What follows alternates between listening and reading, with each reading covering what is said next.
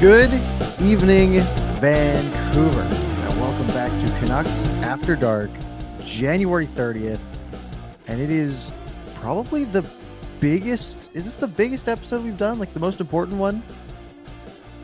It feels like it only because, Parker, we weren't even supposed to do an episode tonight. That's why it feels big, and the fact that the 42 people sitting in there waiting for us to start, it feels big. Yeah, on a day that we've told everyone we're not going to be here.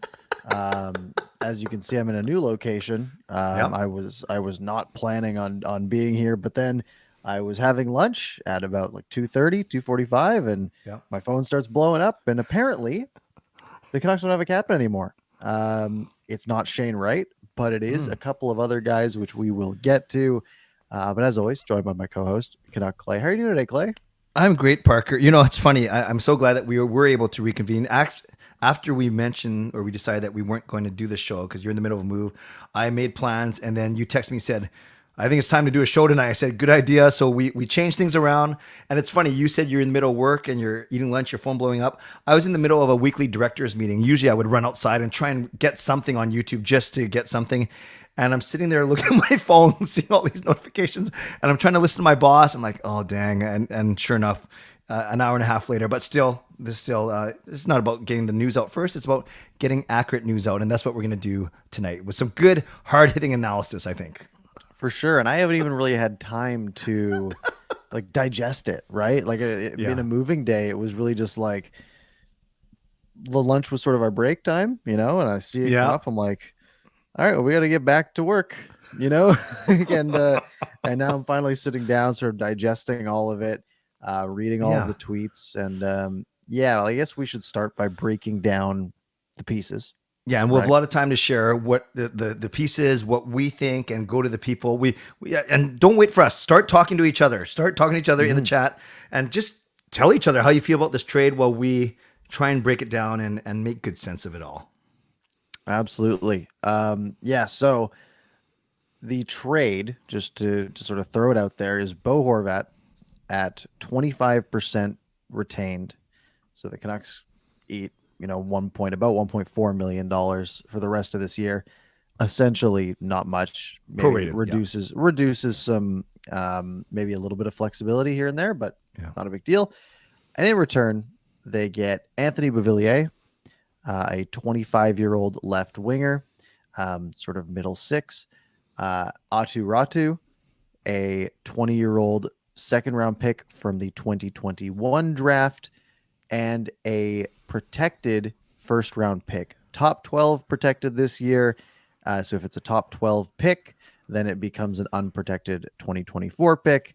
Otherwise, if it's 13 or after, the Canucks get that pick this season.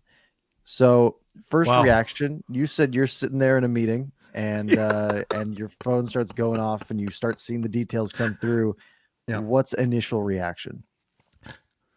Excuse me. Very truly, my initial reaction without seeing the protected part first, right? I just saw first round draft pick. My immediate reaction was, okay, where are the Islanders in the standings? I know that they're trying to hit a wild card spot, but they're not in. So that means they're in the bottom 16, right? Not the top 16. So I'm thinking, okay, does that mean we're going to get a 10th to 16th overall pick? So I started to go through all that. Then I'm trying to think of Beauvillier. Okay, I know him. I know he's young. I know he's not like their upper echelon winger, but he could be a middle six guy. And then I remember Aatu Raty's name because I remember that he was really highly touted. Then he dropped down in the draft, but then he had an awesome World Juniors here in Vancouver. So then I was thinking all these things. And then honestly, my first reaction was sadness because Bo is my favorite player. But I'm not just saying this. My actual first reaction was, wow, considering the Islanders have no guarantee to sign him, I think we did pretty good. That was my honest to God first reaction.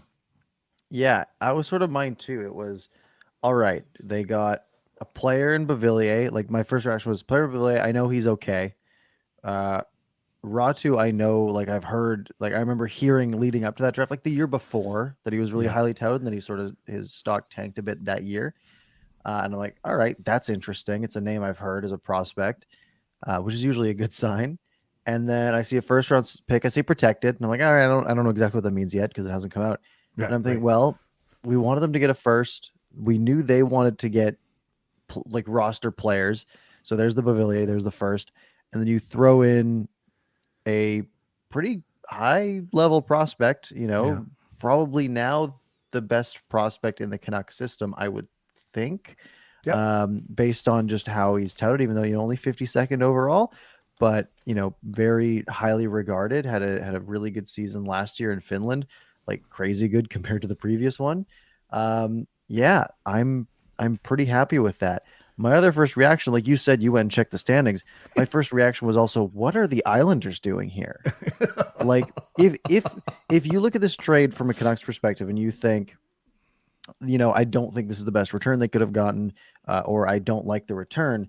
Well, Yep. then you're on the boat of like both teams lose this trade, Right. because I don't get it from an Islanders perspective, especially if there is no guarantee to sign him, Right. and they also have no guarantee of making the playoffs because they are Yes. not in a playoff position as it stands right now. And the Athletic has them at 14% to make the playoffs right now. Right? Like, Great point, that's because yeah, crazy. Ratu's not playing for them right now, and that obviously the first round pick isn't playing. So really, you're swapping Beauvillier for Horvat if you're the Islanders, with Good no. upgrade. Yeah, it's true. And is it an upgrade enough to get them in the playoffs? And if Horvat, you're right, does not re-sign with the Islanders, which obviously they're going to say they're going to do their best to re-sign him if they've already said that, or to sign him, then yeah, you've given up three decent prospects, one player, two prospects for a player that may not get you into the playoffs. And it pains me to say that about Bo, but we don't know. Hopefully he does well there, but is it enough to get them? Remember, they're on the outside looking in with a couple games more played extra than the teams they're chasing. So it's no slam dunk. You said it's 14%, right? Yeah, and Yeah. like according to Athletic, Bo Horvat is worth about 3 wins above replacement per season, right? So what? We're halfway through the season, so he's going to win you what, maybe two more games than you would have won before. Give you an Right. extra 4 points. That's not enough to move the needle when you're only projected to get about 88.6 points, right? So maybe it gets Yeah. up to 93, but they're in a spot where 93 probably doesn't get you there, right? They need to go on a bit of Right. a run because they got to leapfrog Washington and Pittsburgh at the same time. Yeah. So from a strictly Islanders perspective, it's a really weird trade, Yeah. especially that first round pick is so intriguing, Oh yeah. right? We Because we basically want if the Islanders to suck 2 years in a row, right? That's what we want. right, we want them to fall off a cliff a little bit here. It depends what you want, because we're Yeah. talking about a draft that's really deep, right? If we just True, focus on true, that true. first round pick for a second, being top 12 protected, Yeah. we're talking about a draft where 13th overall would be an excellent addition, most likely, Yeah. right?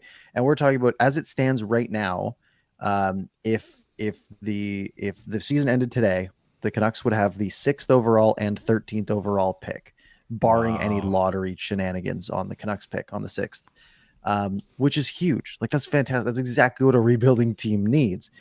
Or the Islanders fall off a cliff a little bit further. Yep. That becomes a top 12 pick. And then the Canucks have an unprotected pick next year. Well, if the Islanders fall off a cliff this year, do we see them taking a big step next year? Nope. Probably not, especially if they don't retain Bo Horvat, right? And then we are potentially talking about a lottery pick next year Yeah. that is unprotected. If we suck, So we just could have two lottery picks in 2024. right, like if we just focus on the first round pick, I'm thinking like, oh well, Yeah. if the Canucks trade him to Boston, that could have very well been 30, 31, 32 overall this year, Yeah. right? And now it's Yes. probably at worst like 20, right? And that's assuming the Islanders go on a heater, which is pretty unlikely. And there's a chance that it's a top pick next year as well. That is like, that in itself is huge value, because again, Yes. you any of these teams that were rumored to be in on him, that you expected it to be a high 20s pick, going from the high 20s to the high teens or mid teens. That is a big jump in potential value in Yeah. itself. So even if the Beauvillier and Ratu return is a little bit lower than you might have wanted, that first round pick is worth quite a bit more than it would have been from Boston or New Jersey. Yeah. Well said, Parker. As much as we might like Beauvillier, as much as we like Ratu, the first round pick might be the thing that puts this trade over the top for Canucks fans. And I know we have so many angles. The fact that it was Lou Lamoriello who traded the rights to the ninth overall draft pick. There's so many the parallels to the 1998 trade where it was Linden going for 3 pieces to the Islanders. There's so many angles, but the one I want to just put out there is pretty funny. Patrick Alvin, he did an 18-minute presser thanking Bo to talk about offers and why the timing, blah, blah, blah. But I will say, as Jaskrin mentioned, he butchered 2 of the 3 names. So he called Beauvillier Antonio Beauvillier. Then he called him Aatu Raty, which is admittedly the way it looks. The only one he didn't mess up was the first round pick because we don't know who that is yet. That's good because that's, we've seen some first round pick names get butchered in this market by Stan Smeal. Yes. But yeah, it's so sort of if we just sort of break it down piece by piece, right? Yep. That first round pick is super intriguing.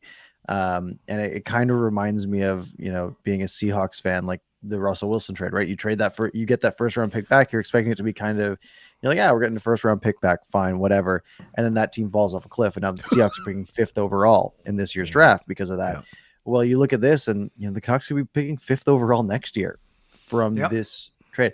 And if the Canucks are in a true rebuild, whether it's a 3-year rebuild or whatever, what if that Islanders pick next year as a top pick and the Canucks pick next year as a top pick, right?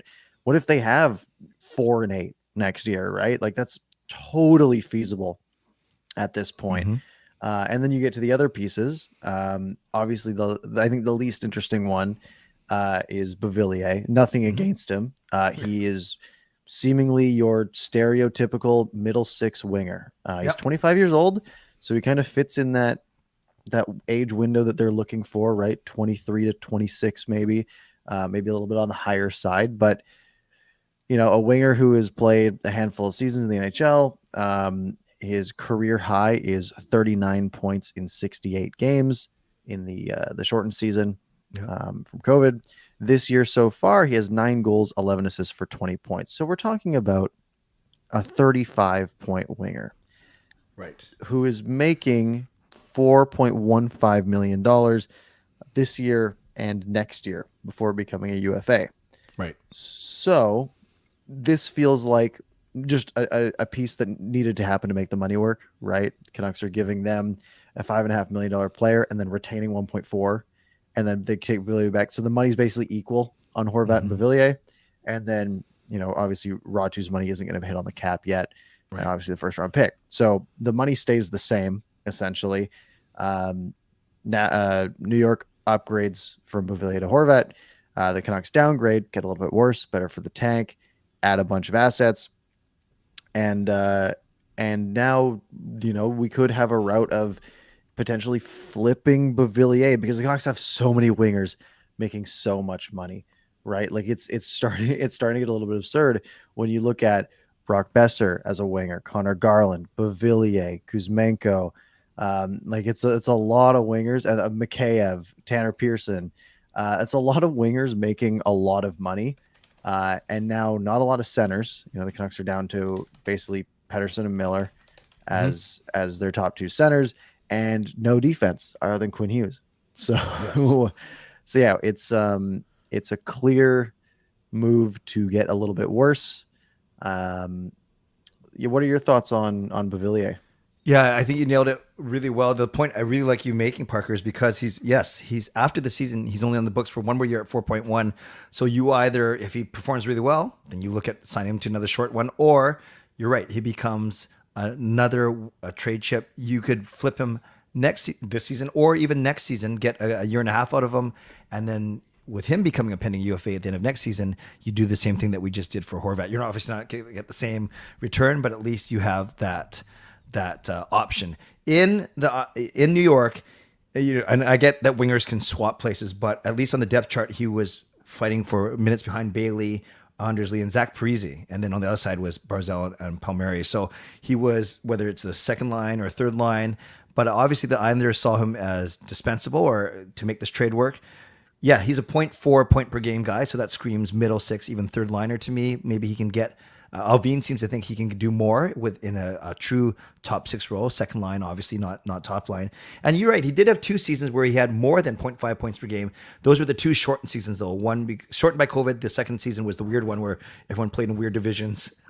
And then since then, yes, he's kind of got back to his just under 0.5 points per game. So, I admittedly don't know a lot about his style of play, Parker. I look at his size; it's not massive, like 5'11", 180. So he's not like thin, but he's not the tallest guy ever. He doesn't get a lot of penalty minutes, so obviously he's not like a big bruising guy or anything. So I got to watch a bit more of this guy's game, but his point totals are consistent. So at least that shows me that he plays a lot of games, which is good, and you can count on him for, like you said, 30 to 40, 35 points a game per season, not per game. Per game would be awesome. Yeah, that would be insane. That Canucks would win this trade by a landslide if that was the case. Yeah, it's to me, it's, he just feels like a kind of just sort of another middle six winger, which the Canucks have a bunch of. And yeah, I think this really opens the door for a Brock Besser or Connor Garland move, right? Yep. Because now you look at the Canucks lines, and you're starting to really have a glut of wingers, right? You're going to have, I mean, with Mikheyev out right now, like for this season, it's fine. Yeah. But yeah, going into next season, assuming, a healthy Mikheyev, he's behind Kuzmenko and Besser and Garland and Mikheyev. And you just start Pearson might come back. Pearson, right. So he's at best a third liner, most likely. Yeah. Which I'm sure wouldn't be stoked on. So yeah, maybe a potential to, like I said, move on from Besser or Garland, or flip him around for another asset and just sort of keep piling him up. Yep. So it's funny, but I agree with you. Of the 3 assets, and the Canucks kept saying they immediately wanted center, right-hand D, and a pick. So they got center, left winger, and a pick. But yeah, of the 3 assets the Canucks got back, Beauvillier, he's the most well-known right now, but he's the least sexy or appealing of the 3, quite frankly. Yeah, absolutely. Yeah. And then there's the other asset, which is the one I'm most excited about. I like, obviously the first round pick's really exciting, but that could be anything, right? This is a player that we can start looking at highlight packages and start looking at sort of the history of this player, because it is pretty interesting. And that is Aatu Raty, which ends with a Y, but is an oo sound, which is so confusing to me. And my American English brain. Where it gets really interesting is looking at the stat lines, especially if you're on like something like Elite Prospects, where it has so much history. Yeah. Because I remember hearing this guy's name in like 2019 ish, that he was going to be a top prospect in the 2021 draft. And then he goes and starts playing some professional hockey with Karpat in Liga, the top Finnish league, in his 2020-2021 season, his draft year, and he does almost nothing. He puts up 6 points in 35 games, 3 goals, 3 assists, and his draft stock tanks, and he goes, 52nd overall to the New York Islanders? He does, yeah. Yeah, so I love picks like that for like late second round. Like, take a shot on a guy who has high pedigree and had a bad year, right? Maybe he bounces back. And then the following season, he plays 6 games for Karpat, only gets 1 point, and then gets loaned out to Jukurit, is how I'm going to guess it is. Nicely done. 41 games played, 13 goals, 27 assists for 40 points. So he goes from getting a point almost every 6 games, essentially, over those previous 41 games, 7 points. Yeah. And then in his next 41 games goes from 7 points to 40. So he just immediately takes off as a point per game player. His plus minus, he was a plus 26. And then my favorite stat of his is he played 7 games in the playoffs, had 2 points, but had 34 penalty minutes in the playoffs. He had more penalty minutes in 7 playoff games in the entire regular season, which is fantastic. Wow. Did really well for the Finnish team at the World Juniors, put up 10 points in 7 games, including 3 goals. Fifth high scorer. Yep. Yep. He was pretty good. And then he played this year. He got his first taste with the Islanders, played 12 games, only 2 goals. But from everything I've seen, he sort of got he was playing like 8-9 minutes a night, like like barely getting any ice time. So not really a great representation. but playing in the AHL, 15 points in 27 games as a 20-year-old. That's intriguing. That's a genuinely good prospect to have in your system, and a really high risk, high reward one, right? Like a player with Yes. maybe a pretty low floor, I would guess, but a ceiling that could go pretty high as well. Yes, and I'm looking at elite prospects as well, and I remember that he's got a heavy shot. They say he's got a hard, accurate shot. He's not afraid to go to the net because he's quite big. He's 6'2", 187. They list him at, which is fine with me. That's pretty good. 6'2", good size for a center. And I agree with you, Parker. I'm not a prospects guy. You're more of barely, but you at least you know who these guys are. But I do. I remember this guy's name, and I remember because he was the 5th leading scorer at the World Juniors here in Vancouver. And yeah, he. This is exciting. This one, the fact that he dropped all the way to 52nd when he could have been a first rounder. That's why Patrick Allvin. It's funny. He basically says we basically got 3 first rounders because Beauvillier was a first rounder, Aatu could have been a first rounder, and we actually got a first rounder. Yeah, that was a bit of a stretch, but I like the style there. First round talent, I like the idea of, That's but you better. can't That's say he better. was a first rounder because he wasn't. Yeah, he is a super interesting player with a great shot. He's a center, which is valuable as a prospect. Yeah, it just seems like, I mean, he was their best prospect, which isn't saying much, right? Their top prospect is like our top prospect at this point. Yeah. But now the Canucks have the better one because they have gotten rid of their top prospect. So all in all, we're talking Bo Horvat, 25% retained, which doesn't matter at all. Right. For a middle 6 winger, making maybe a little bit too much money. I wanted to look at the see if I could find the Islanders player card. And by the way, while you do that, I keep saying it was in Vancouver. No, the last 2 World Juniors were in Edmonton, so the one that he did well in. So my apologies for that. Well, good. I'm seeing if this link works, but it might not.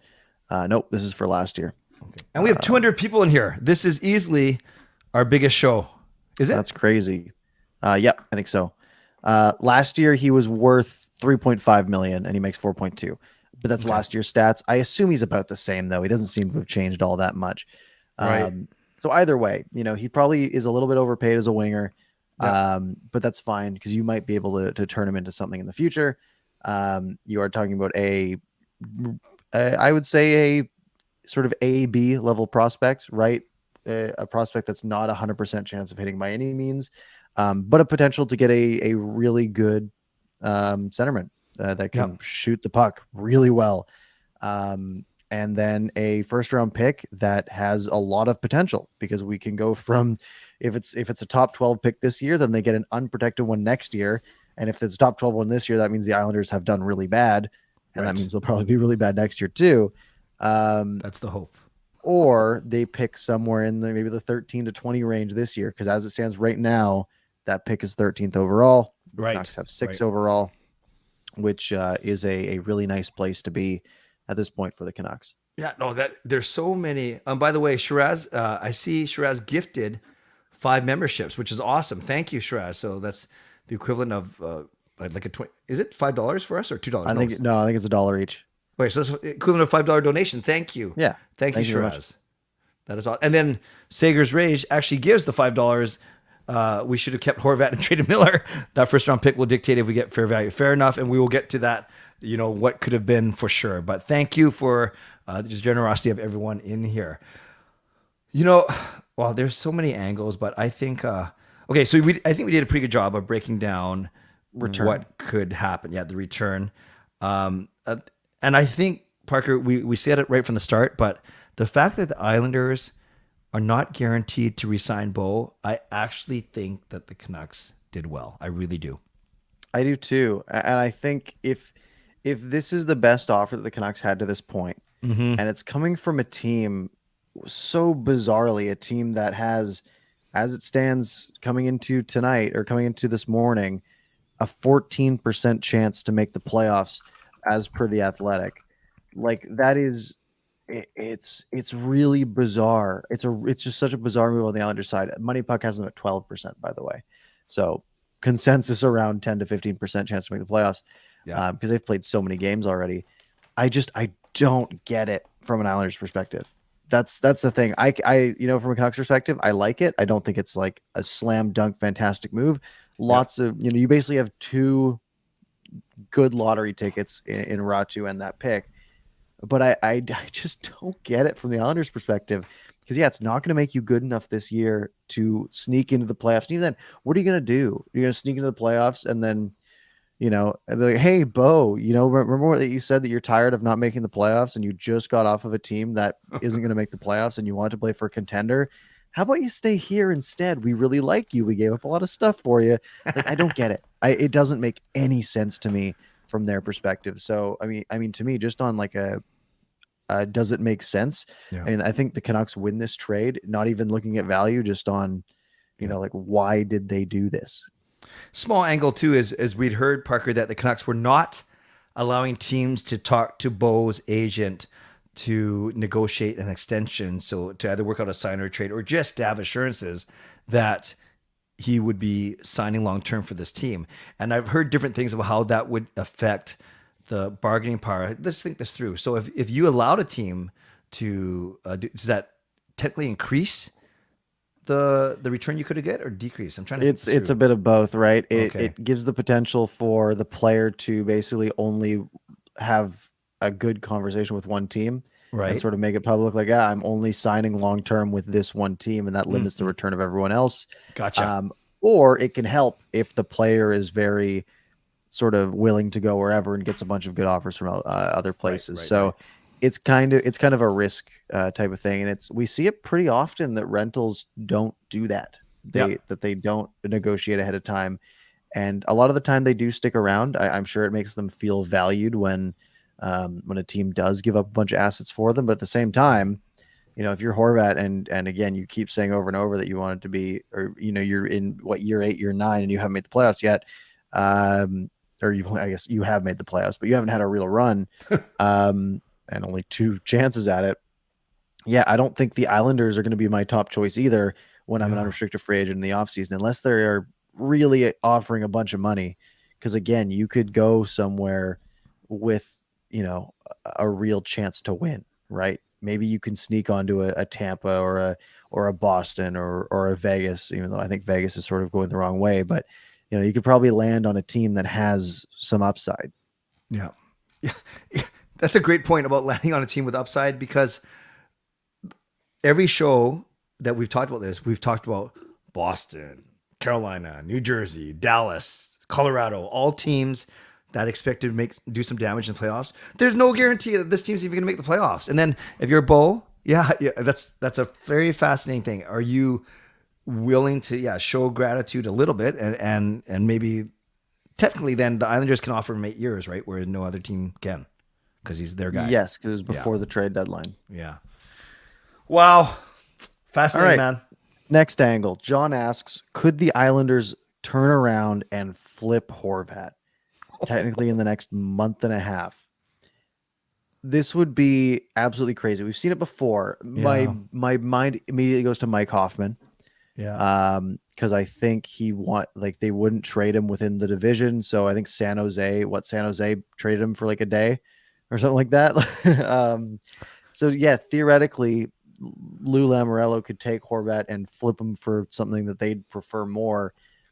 That seems weird to me and unlikely. It would be cool if like the trade deadline came around and they realized, okay, we're not making the playoffs, let's just flip him. Right. Get a first back.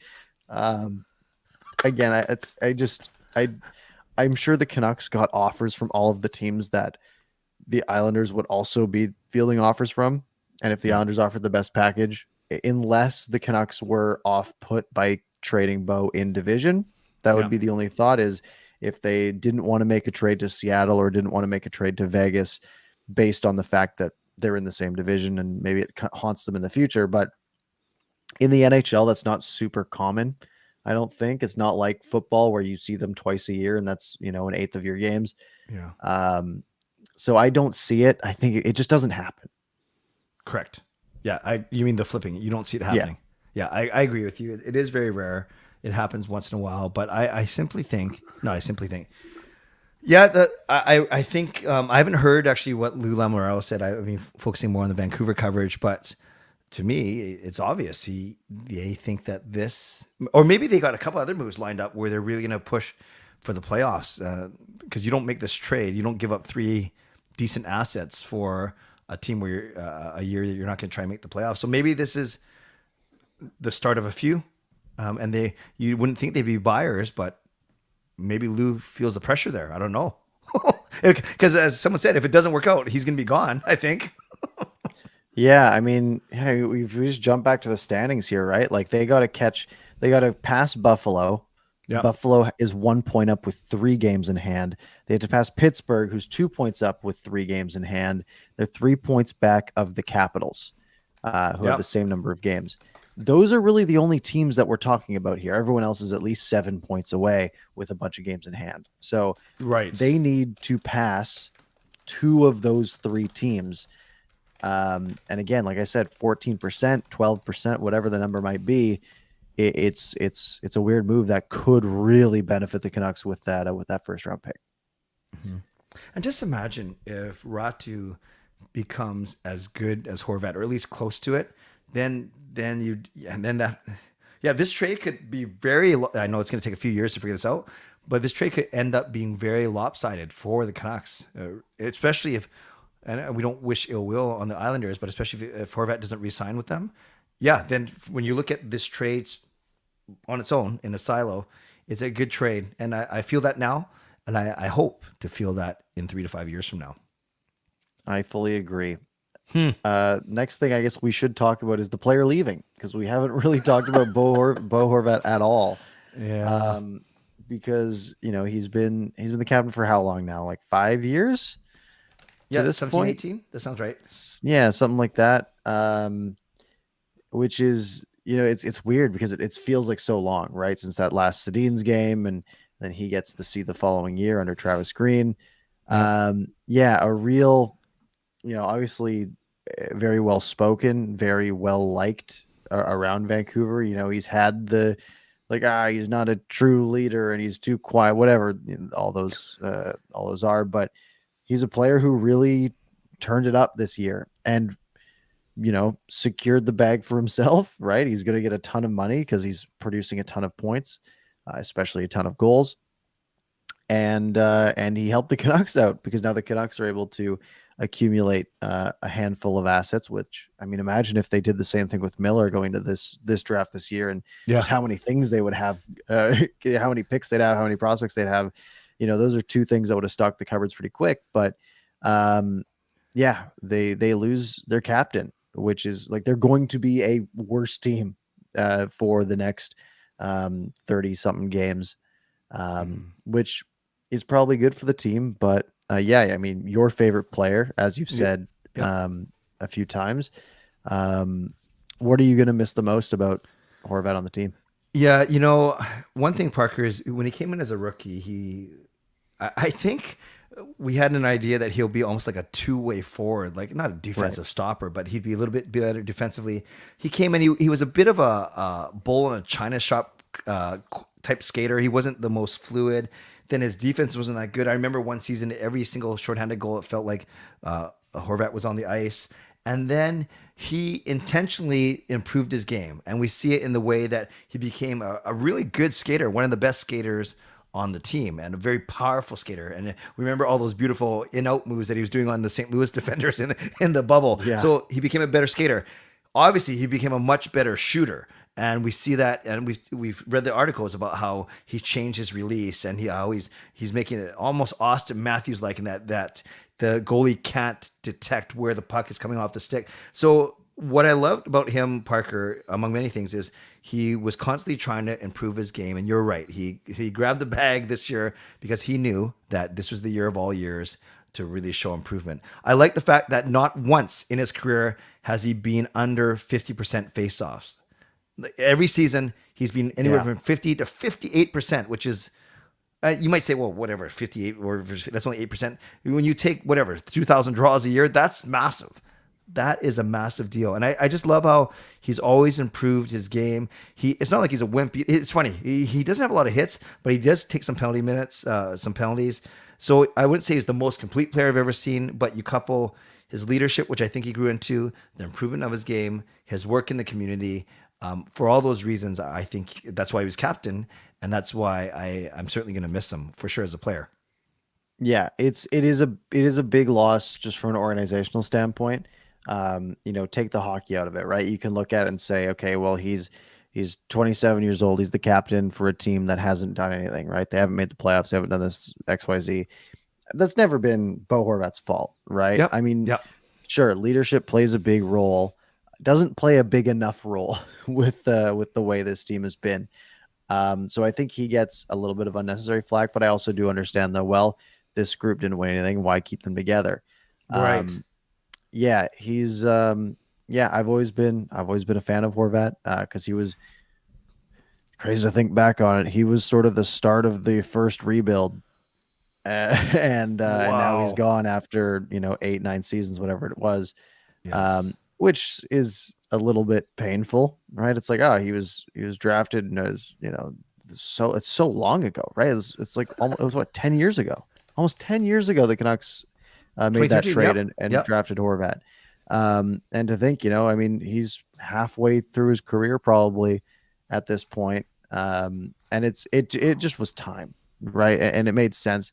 I mean, he said all the right things today. He had that thing where he said, he thought he'd be part of the Canucks family for life, Mm. which I think was fair. I don't think he thought that this morning, but I think he thought that, coming into the season, most likely, or coming into at least last off season before the Miller extension, Yep. and things like that suck, right?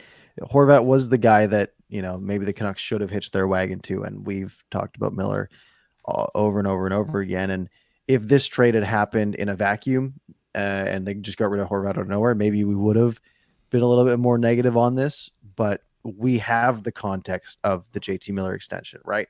And Yeah. we have the disdain for that contract, like we sort of had from day one, where we can now take that into account and then say, okay, well, where with the situation that the Canucks were in this morning, are they in a better position for the future right now? I mean, it seems like a yes, and it's not Shane Wright, which I wish it was. But that first round pick is so intriguing with the protection that, like, I'm not going to be disappointed in the trade until something Yep. goes really wrong with that first round pick. Here's a question 'Cause for you, even if Park. Yeah. Sorry. Go ahead. I was So just you gonna no, say, you finish. even if like, Beauvillier is kind of mediocre, which I think is likely. And Ratu is just ends up being decent. Yeah. There's still that potential for that first round pick to be a home run with the way that protection scheme works, because it could be a top pick next year, Mhm. which I think is the ideal scenario. Yes. Agreed on all points. With Horvat's leadership, I'm not talking about any rumored dissension between Horvat and Miller. I'm talking about general leadership style. We've already heard Tocchet at least once say, I can't remember if he said better leadership or change leadership. He said something about leadership that kind of raised a few eyebrows. Then when you hear Tocchet talk about players trusting one another, a mindset, being soft, I'm not saying it's all Horvat. Do you think Horvat was part of that? I like a little, but again, Yeah. I don't think we know enough, right? I think for most things that we've heard from like media and people who are close enough to it, like we've heard all the right things about Horvat. Yeah. There haven't been any hit pieces on Horvat as a captain. Like to me, I think this team has had a lot of problems organizationally, Hmm. and to me, I would lean towards the organization being the problem in most of those cases, over Horvat himself. Right. That's fair. That's fair. Yeah. So I'm thinking, I wonder if we should chat for a few minutes about who might replace him as captain. You want to go there, or do you want to keep talking about Bo? Yeah, I was thinking, yeah, we could talk about, sort of what's next, right? Sure. The captaincy, and what trades are in the works, because this is a clear rebuilding step, right? Like Mm-hmm. there's no ifs, ands, or buts about it. They had a player, who was an unrestricted free agent. They couldn't sign him at a reasonable value, and instead of just adding another one to the millions column, they Yeah. said, "No, we're cutting bait, and we're gonna get some younger assets for you." Um, Yes. with the pieces that the Canucks have left, and with a month and a half or a month and a little bit until the trade deadline, we've heard rumors on Thatcher Demko lately, which have been a bit surprising. And then obviously you have the Garland and Besser rumors sort of floating around, and maybe even a Luke Shen. What do you think's coming down the pipe here? Okay, so before we talk about captaincy and before I answer your question, very quickly, Carol, thank you for the $5 donation. You just heard about the trade. Okay, that's fine. Could you quickly lay out for me what does it mean by the first time that is not safe? Yeah, very quickly, 20 seconds.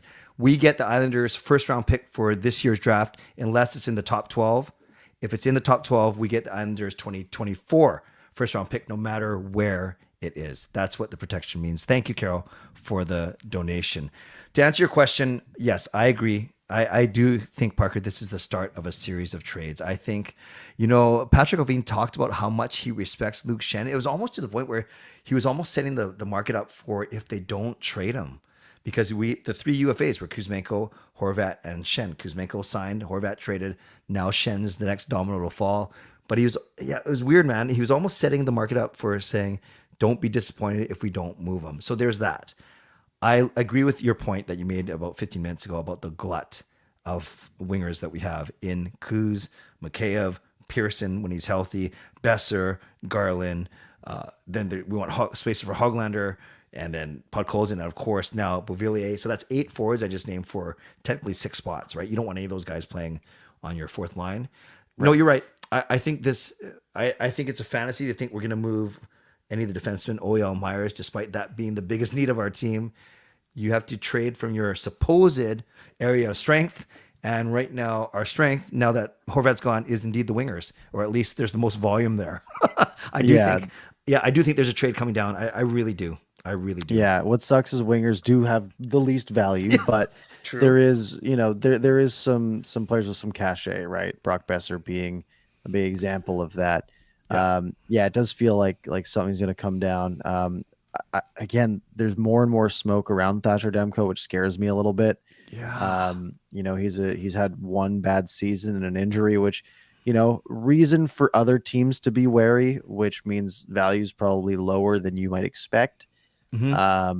And I mean, I like Thatcher Demko a lot. I feel like he's a guy that you want to be back there. He's 27. He's not old, but he's not young, right? But I mean, I think, he's probably got another good 6-7 years left in him, you would think. That I don't think you need to be rushing him out the door. As of yet. I agree with you. And, I guess the worse you do, Parker, the less untouchables you have. Remember, it used to be the core 4 of PD, Hughes, Bo, and Brock, and then we added Demko and made it a core 5 or whatever. At least I did. And then Bo's gone. Brock could be traded, and now that leaves you with PD, Hughes, and Demko. And I think there's a great segue. So yes, I agree with you. I think Demko, off year, bad team. He still has got 3 more years left on that contract, right? 3 more after this one. Yes, This is year 2.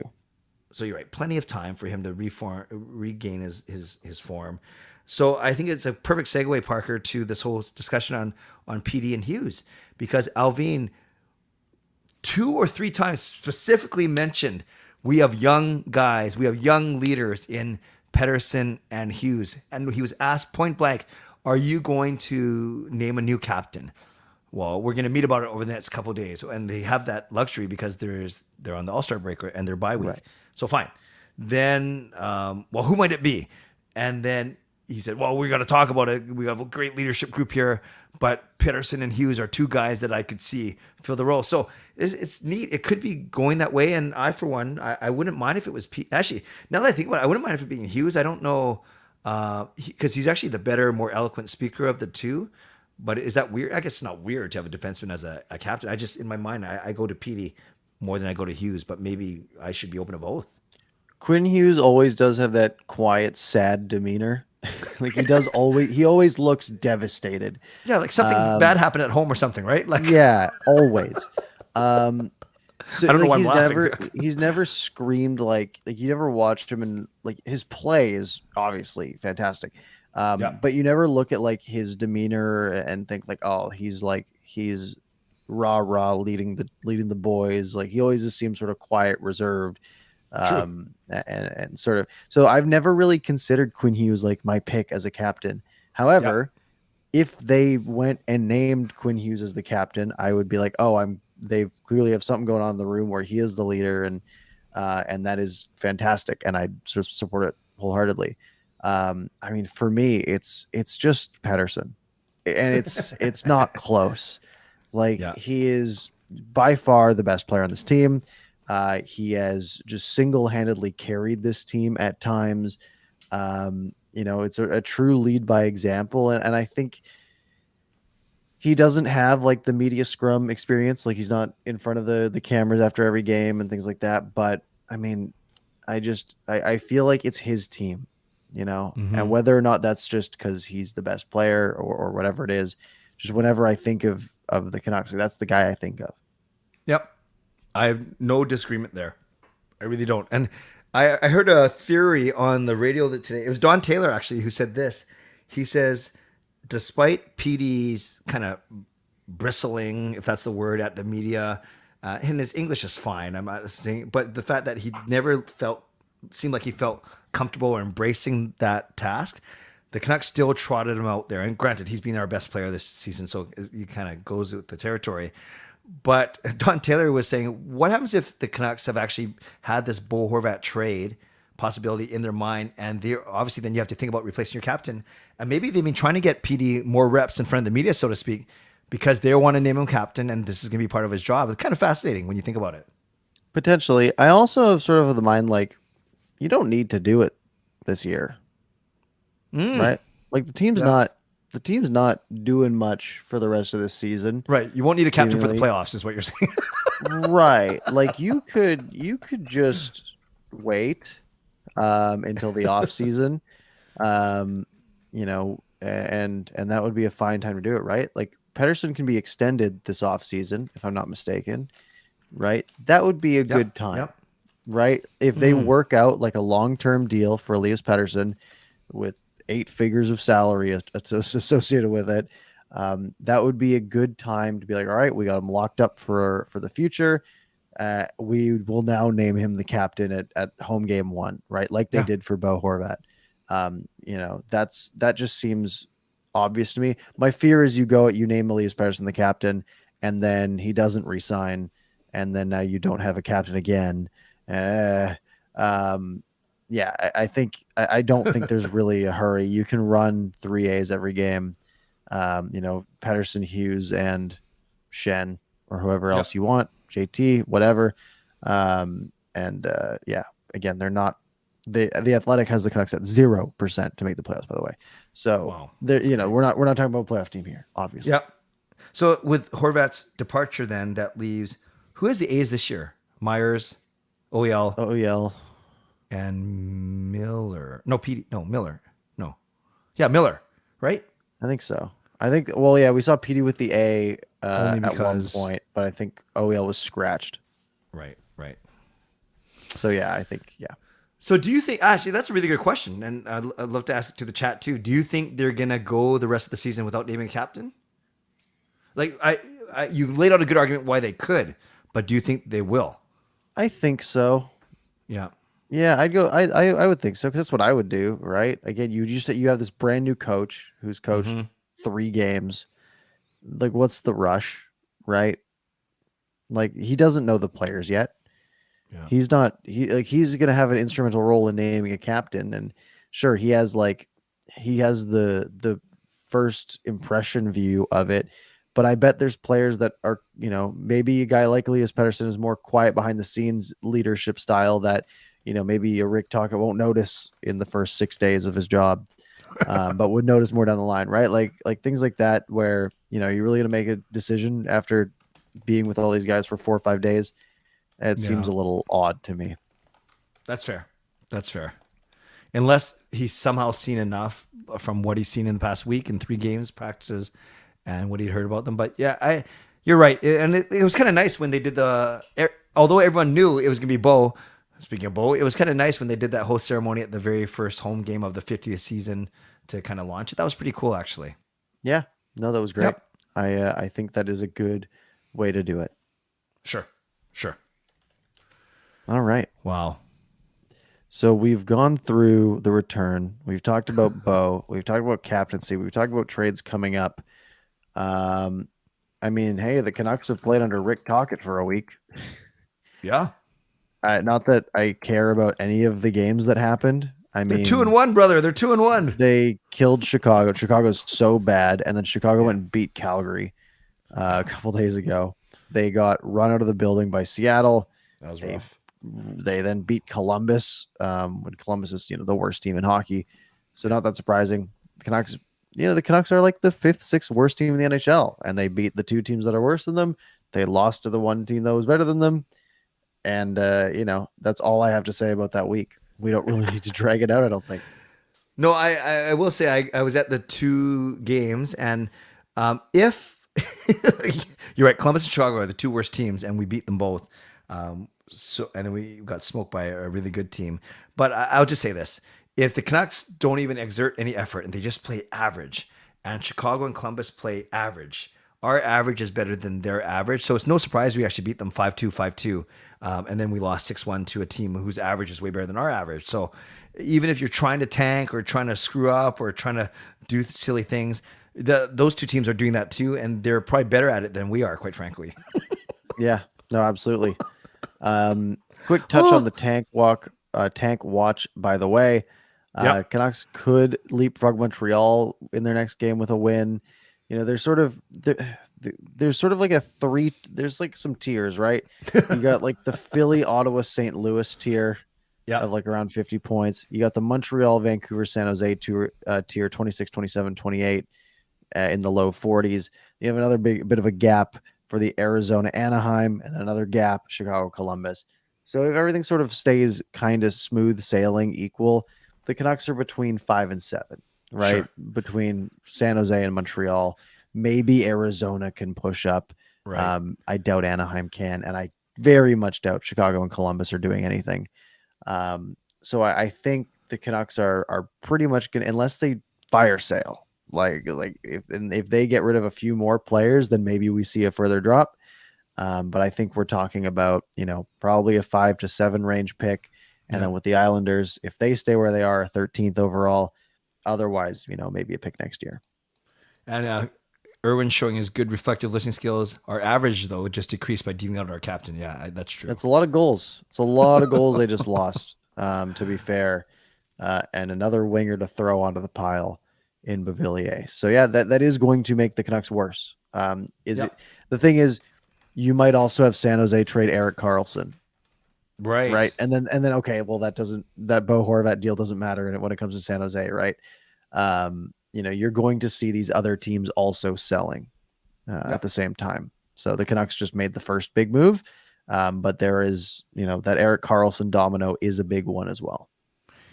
Lastly, because I know a lot of people are asking, because this is the next thing that Canucks players are involved in. What happens to Horvat at the All-Star game? I was stupid. For some reason, I thought that somehow, I don't know why I said this because I'm lazy. I thought maybe he would still somehow, this is so dumb now that I think about it. I thought he would still play for the Pacific team. Because, I think he will. Really? Okay, then I'm not dumb. That's what I read like a week and a half ago. Someone had like a thing about it and they seemed very sure of it. I don't know who, I just don't remember it. But someone said like, yeah, if someone gets traded after All-Star selections, like they'll still play for that team. I don't know how that works. It's weird. But I think, otherwise you got to like remove someone from that team and then add someone to the Pacific. Like, it's just messy. Like, just let them go. It's the All-Star game. No one really cares about who's playing on which team, right? Let him be on the Pacific team and wear an Islanders, a fisherman on his sleeve and everyone's happy. It'll be fine. He was voted. Rain says he will be playing for the Pacific team. Elliot Friedman already confirmed it. Wow. There you go. See, it wasn't dumb. These guys are smart. Okay, I am smart then. Okay, maybe we won't go that far. Interesting. Excellent. All right, we got about 5 minutes left. Okay. Any other topics you got on the mind? Oh, you mean there's other stuff? Nah.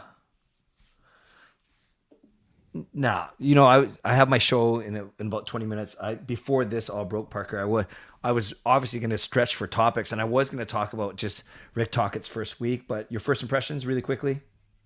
Meh. I don't care. Yeah. Like I haven't. It's not like he's done anything to super impress me. I think he's been fine in his media availabilities, and again, it's so hard for me to be inspired when I don't even want the team to win hockey games, Mm-hmm. right? So yeah, if he inspires the team, that's kind of a bad thing. But I want him to be a good coach as well because it's good for our players. So Yeah. Yeah. I'm not like inspired or anything. I'm Sure. very indifferent to this point. Sure. Yeah, and I think it's pretty clear what his job is to build culture and build systems and build his habits now for the team that he's going to be leading for the next 2 more years if his contract is to be believed to be true. Mm-hmm. So, yep, that's fair. That's fair. Hard to say when you're beating 2 bottom feeders and getting smoked by a stronger team. So we got to see more. Yeah. The Canucks did exactly what they were supposed to do in both of those games. Oh, they lost way worse. I mean, the speechlessness of Doggett after That's that true. Seattle game. Did you see the edit of like the Stanley Cup Finals commercial? Where the Stanley Cup Finals commercial from like 2010-ish, 2011, where it's all the players just being speechless, and that's all it is. Like it cuts to all the players, and they're at a loss for words, like holding the Stanley Cup, and then it cuts to Tocchet like in the dressing room of like not like being dumbfounded by what he just saw his team do, and lose that bad. It was pretty good, but yeah, it was funny. It's like, oh wow, welcome. Clearly you did not scout what you were getting into, because this is not a new thing for the Vancouver Canucks. Yep. That's good. I have to look at that. I haven't seen it yet, but I'll go look for it for sure. It is funny. Oh, good. We got a comment from an Isles fan. Thank you, Justin. Beauvillier is a high energy plus player. A lot of ice time, PK, some power play. Good at. I do. Thank you, Justin, for that feedback. And Alvin did say that Beauvillier, I didn't know this, it can play both sides of the special team, so to speak, power play and penalty kill. So will he be enough to get us another 2 percentage points on the PK? Maybe up to like what are they at right now? it's 66 now, 65. It's so bad. They're at 65.5. Maybe the Canucks get up to like 68% with Beauvillier. Yeah, there's nothing you can do to convince me that the penalty kill is going to be getting better. It's just like it feels like it can't get worse, but it also doesn't feel like it can get better at this point, because it is like it's now. Remember when they were like close with Anaheim and Anaheim was worse for a little bit? It's now 7% difference. Awesome. The Kraken have the second worst PK in the league, actually. How? 72.3%. I don't know. They're good at 5-on-5. Wait, they're second worst at 72.3 and we're at 65? Yeah, and we are the worst. So it's a 7% gap. Awesome. It's too many percent. Yeah, that's pretty bad. Mm-hmm. All right. Any other questions that you want to grab here? Or do we want to wrap things up? Whatever you want. All right. I can't. Another like jumping out at me. It is 10:58 and I am exhausted. Well, you had a full day of moving. So Parker's not looking for accolades here or whatever, but as we said at the top of the show, so for everyone who didn't hear this in the first 2 minutes, thank you for being here. We last week announced that we weren't going to do a show tonight because Parker was right in the middle of a move, as you can see. And the guy, he doesn't even have his Wi-Fi set up, so he's streaming from his phone. That is the dedication that Parker shows to the stream. But sure glad we did. It's not about the numbers, but that was our biggest show ever. Yeah, folks, if you missed any part of it, by the way, feel free to rewind back to the beginning or watch it later. You have to like your watch later playlist, or you can find it on your favorite podcast platform in about 15 or 20 minutes. I'll have that uploaded soon. Love it if you rate on Apple Podcasts. Hit the like button while you're here. Subscribe. You guys know the drill. Mm-hmm. Clay, any parting words this evening? Yeah, well, Parker, thanks for making this work. I'm going to miss my favorite player, but I'm going to wish him luck, obviously. And I'm truly fascinated for if this is the start of a series of moves by our rebuilding, retooling Canucks. And if you're not sick of this kind of talk, if you want more, even though I'm just basically going to repeat everything Parker and I just said, which is what I do for my Monday night show, you're welcome to join me in about 15 minutes or so. Excellent. Yeah, jump over there. I'm going to go to sleep. I will not be there. No problem. So everyone, I just steal everything you say anyways. Perfect. Hope you all have a lovely night. And we will see you next time.